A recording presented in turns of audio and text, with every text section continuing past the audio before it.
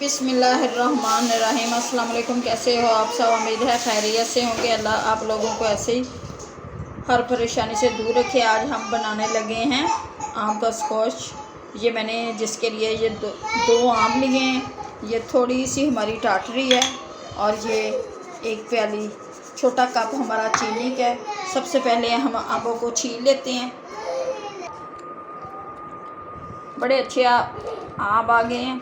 इसका गुद्दा भी ठीक है, कुछ आमों के गुद्दा नहीं होता। इसका हम निकालेंगे पहले, सबसे पहले गुद्दा।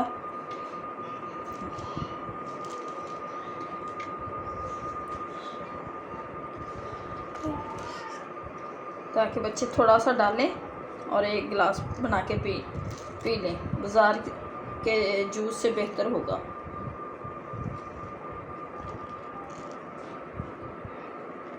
मैं इसे काट लेती हूँ बारीक बारीक।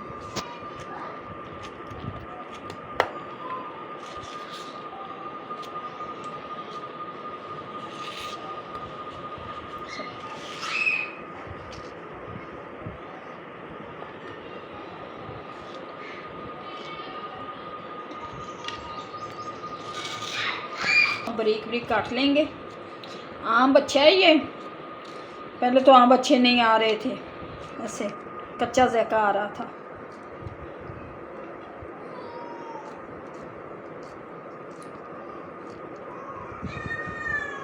अब इसे हम करते हैं ग्राइंड जग में सबको।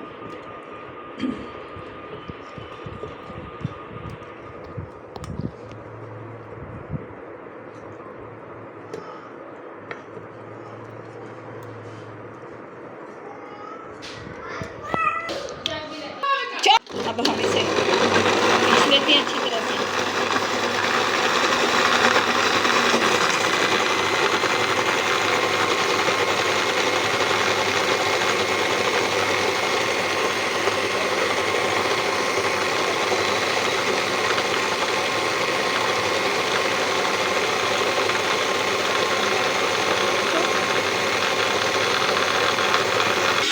इसमें पानी को करेंगे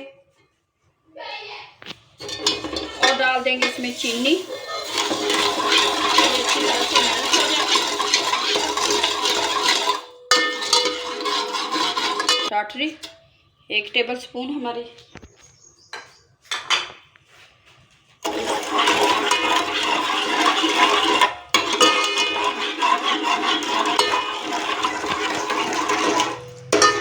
चीनी अच्छी तरह से हमारी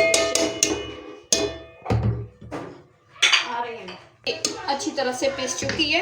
ये देखिए मेल्ट हो चुकी है। अब इसमें हम डालेंगे अपना ये जूस जो हमने ये बनाया है। इसे पीसेंगे अच्छी तरह से, इसे पकाएंगे, फिर इसे छान लेंगे।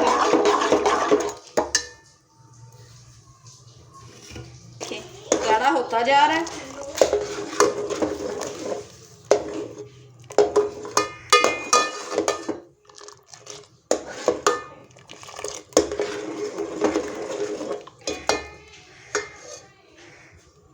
इसे बनाकर हम रख लेंगे।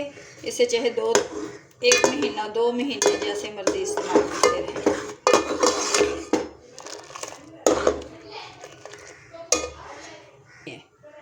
बच्चे भी सारा कुछ अच्छी लगी।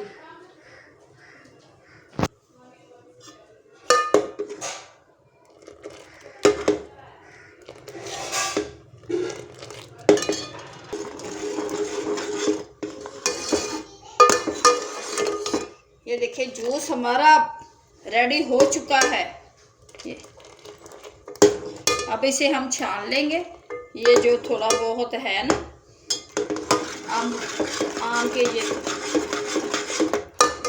डाल देंगे।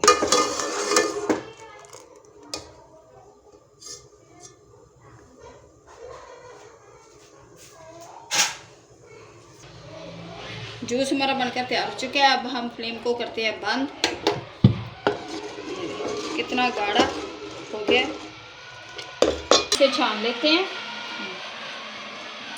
कोई भी ऐसे होगा ना आपका छिलका वगैरह वो निकल जाएगा इसमें से।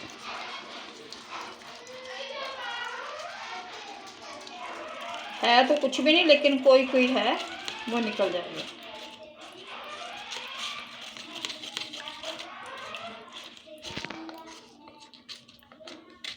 ये कुछ नहीं निकला। डाल के दिखाते हैं आपको। एक छोटा गिलास बच्चे के लिए, बड़े गिलास में डालेंगे और थोड़ा सा डालेंगे इसमें पानी। हम थोड़ा सा डालेंगे पानी ठंडा ठंडा।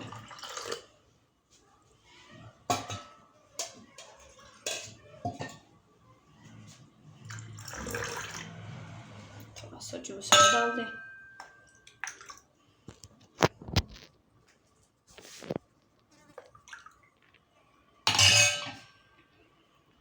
अब मैंगो जूस हमारा बनकर तैयार हो चुका है। ये देखिए कितना अच्छा लजीज हमारा मैंगो जूस तैयार हुआ। अगर आप लोगों को हमारी ये रेसिपी अच्छी लगी तो प्लीज़ हमें लाइक और सब्सक्राइब करना दुआओं में याद रखना। अब दे हमें इजाज़त, मिलेंगे नेक्स्ट वीडियो में। हमने ये अपनी बोतल भर के रख ली है एक, और ये बच्चों के लिए ये चेक करवाते हैं बच्चों को कि कैसा बना जूस। अब दे हमें इजाज़त, मिलेंगे नेक्स्ट वीडियो में। अल्लाह हाफिज़।